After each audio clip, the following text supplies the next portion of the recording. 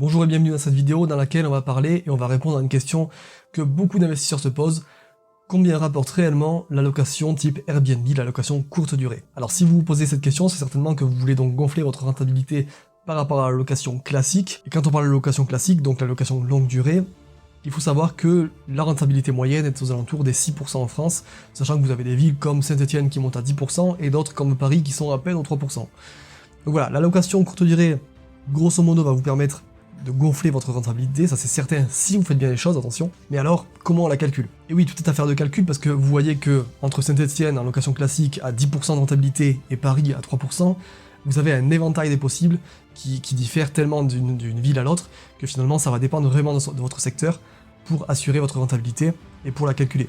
Donc je peux pas vous donner une réponse générique et dire ça rapporte 20% parce que ça va dépendre de beaucoup de facteurs, notamment évidemment le secteur, le prêt que vous avez contracté, les charges, la saisonnalité de votre secteur, enfin vous voyez beaucoup de choses. Ce que je vous propose donc c'est de calculer votre propre rentabilité pour avoir une idée plus claire de ce que vous pouvez espérer en location courte durée. Pour votre calcul, c'est simple, le mieux est de prendre un tableau déjà tout fait que vous pourrez trouver sur internet, il y en a quelques-uns. Alors certes, ils diffèrent d'un à l'autre parce que certains vont compter des charges et d'autres non, certains vont compter l'assurance et d'autres non, l'imposition, etc.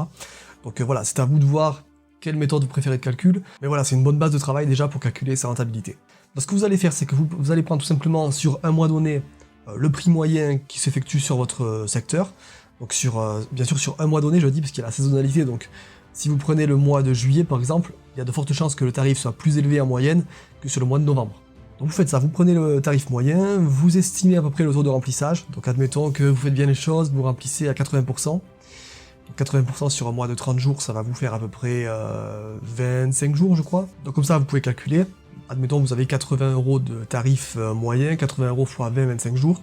Là, vous avez à peu près le tarif brut que vous allez pouvoir engendrer avec votre location. Une fois que vous avez ça, vous enlevez les commissions des plateformes pour chaque séjour. Donc que ce soit Airbnb ou Booking, vous n'aurez pas les mêmes taux de commission, bien sûr, mais vous enlevez les commissions. Là, déjà, vous dégagez le net par rapport au brut. Une fois que vous avez ça, vous enlevez aussi les frais de ménage, les frais de gestion si vous passez par une conciergerie ou un prestataire. Vous enlevez également les fournitures, tout ce qui est papier toilette que vous avez fourni, l'huile d'olive, le sel et d'autres choses. Et ensuite, vous allez également enlever tout ce qui est facture d'électricité du mois, l'assurance, l'eau et l'internet. Et après, donc certains vont jusqu'à enlever l'imposition, vous faites un prorata sur le mois.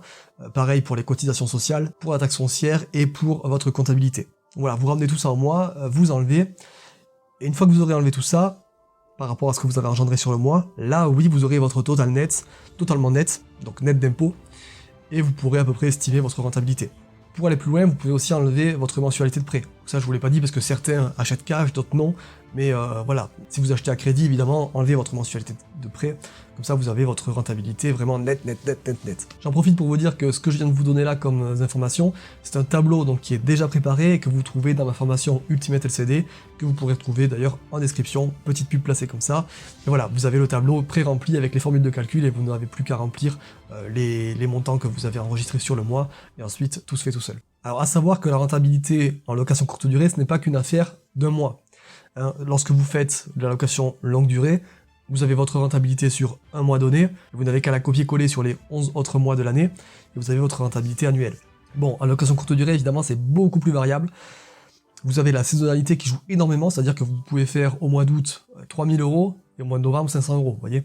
Donc l'important c'est vraiment de lisser sur l'année. C'est pour ça qu'assez souvent, on peut réellement calculer sa rentabilité une fois qu'on est vraiment dedans et qu'on a fait quelques mois, voire une année complète. Mais voilà, il faut savoir ça à l'avance, c'est-à-dire que il va falloir vous dire, pour être rentable, il va falloir que je loue à tel tarif, tel nombre de jours par an. Et à partir de là, déjà, vous serez plus serein pour faire vos tarifs, vous dire, ok, bon, s'il faut que je loue au moins 15 jours à 80 €, ben, ok, je vais aller sur quelque chose de plus agressif en basse saison, je vais me mettre à 60 €, et je vais essayer de louer, voilà, 20 jours. C'est pour ça qu'il est aussi important de faire du dynamic pricing, donc du pricing dynamique, je crois qu'on dit en français.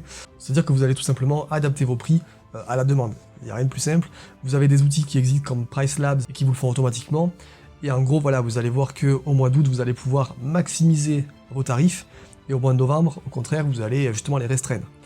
Alors si vous n'êtes pas rentable en novembre, mais que vous êtes ultra rentable en août, là aussi, la question c'est de lisser sur l'année pour voir véritablement votre taux de rentabilité sur une année complète. Et là, vous pourrez comparer par rapport à la location classique, Vous regardez sur votre ville, je sais pas si vous êtes à Saint-Etienne et que le taux de rentabilité est de 10%, et qu'en location courte durée, vous n'avez fait que 8%, bon ben là, la question, véritablement, elle se pose de savoir, bon, est-ce que finalement, je vais pas me mettre en location courte durée? Et c'est pour ça que, vraiment, l'idéal quand vous faites de la location courte durée, en tout cas quand vous êtes investisseur, c'est de ne pas aller acheter un bien en se disant, ok, je vais faire que de la location courte durée. Achetez-le en vous disant, je vais faire de la location longue durée, calculez vraiment la rentabilité que vous pouvez en tirer, et si vous êtes positif en location longue durée, un taux de rentabilité, à ce moment-là, vous pouvez vous dire, ok, je vais d'abord essayer la location courte durée, et si vraiment ça marche pas, je me mets en location classique. Comme ça, vous avez un plan B. Vous savez pas aussi peut-être que la réglementation dans votre ville peut changer avec des lois anti-Airbnb demain, donc c'est bien de pouvoir se retourner avec un bien qui sera toujours rentable, même en location classique. Donc voilà, j'espère que vous aurez compris que la rentabilité et le calcul de la rentabilité en location courte durée, c'est avant tout une affaire de calcul justement. N'hésitez pas à faire vos recherches par rapport à votre secteur pour être bien sûr de ce que vous faites. Et une fois que vos calculs sont bons, n'hésitez pas à tester un petit peu la location sur de la haute saison, sur de la basse saison, et de voir ce qui en ressort pour faire votre choix définitif. Pour ma part, je vous donne rendez-vous dans une prochaine vidéo et je vous dis à très vite.